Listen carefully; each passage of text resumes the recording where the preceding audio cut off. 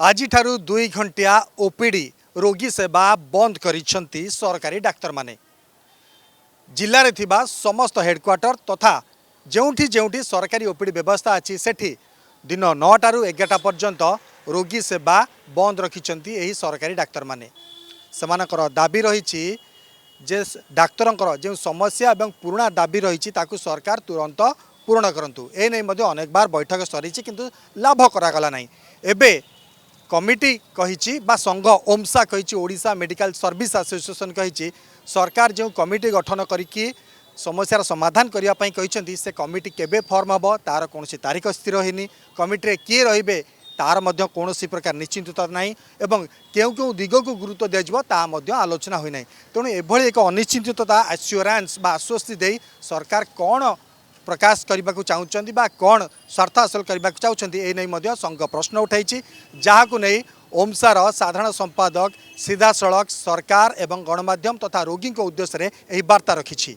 2 घंटा ओपीडी 9 ରୁ 11 बंद करने जाऊँ एवं जेहेतु बहुत बार माननीय स्वास्थ्य मंत्री स्वास्थ्य सचिव एम सहित बहुत बार आलोचना होती कौन सुफल मिलना नहीं। जो कमिटी है से कमिटी केबे रिपोर्ट दब तार मध्य स्थिरता ही नहीं एवं कौन कौन दबापाई सरकार चाहते क्लियर करूना। तेणु सरकार पॉजिटिव मनोभाव रहा दरकार एवं माननीय मुख्यमंत्री एवं स्वास्थ्य मंत्री खूब शीघ्र हस्तक्षेप करी जिते शीघ्र आमर दाबी को पूरण करेंगे। आम ये आंदोलन विरत रहा चाहूँ। आम लोकंर सेवा करने सब व्रती रहीचु एवं जो मुख्य दाबी गुड़िक सरकार सहजता सहित या आलोचना माध्यम आम दाबी पूरण करी आंदोलन को आमको विरत रहा चेष्टा करेंगे बोली मु अनुरोध करी। नुआ वर्षर प्रथम सप्ताहर प्रथम सोमवार देखा देइथिला अनेक रोगींकर भिड़ किंतु विभिन्न जिले में प्रथम 2 घंटा अर्थात दिन 9 ରୁ 11ଟା पर्यंत डाक्तर माने रोगी न देखिबारु व्यापक समस्या सृष्टि होइतिला जहाँ को नहीं राज्य में हाहाकार परिस्थिति एवं यह क्यों भाव समाधान करा ताकू नहीं अपील करिसेंती स्वास्थ्य मंत्री। से कहिसेंती डाक्तर माने भगवान कर द्वितीय रूप सेमानकर दाबी ग्रहण करा किंतु प्रथमे हेउची रोगी सेवा से माने रोगी देखंतु सरकार सहृदयतार सहित आलोचना करेंगे। जो सब समस्या अच्छी पूर्व सरकार मिलूला ए सरकार रे मध्य अच्छी। तेणु सरकार को समय दिंतु सेवा करंतु एवं रोगी को प्राथमिकता दिंतु जहाँ को नहीं मंत्री रखिंट उत्तर।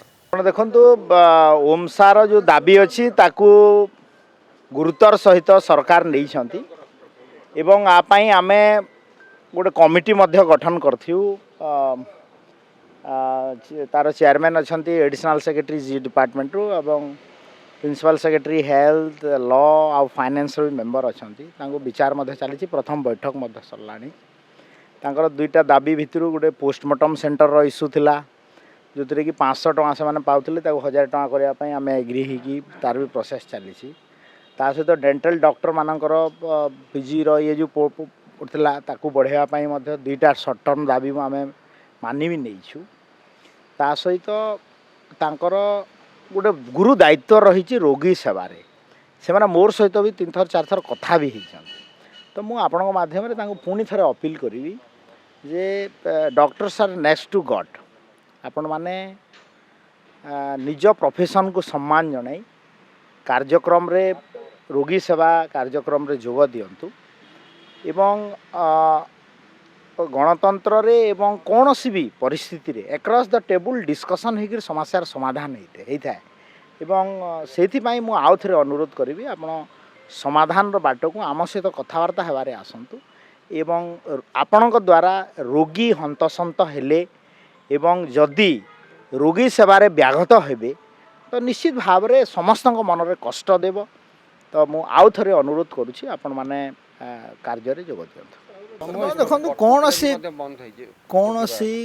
सी समाधान कौन सी समस्या यहाँ तो आम सरकार रे आसिक असुविधा करूँ से समाधान बाट केमती बाहर कराहब तांकर अनेक दिन दाबी थिला पूर्व सरकार रे मध्य थिला आम सरकार रे आसला आम सरकार रे आसला बेले तो कमिटीटे हेले करिकरी ताकू संवेदन हिसाब रे नौछु तो निश्चित भाव में आम अनुरोध करूँ डॉक्टर मैंने कार्य रे जोग दियंतु एवं सरकार संपूर्ण भाव में प्रस्तुत अच्छी सहित आलोचना कर समाधान समस्यार समाधान करिया। अगर जो डॉक्टर माने न मानबे सरकार को कथा को न मानबे सरकार चिंता करिए अपन देखंतु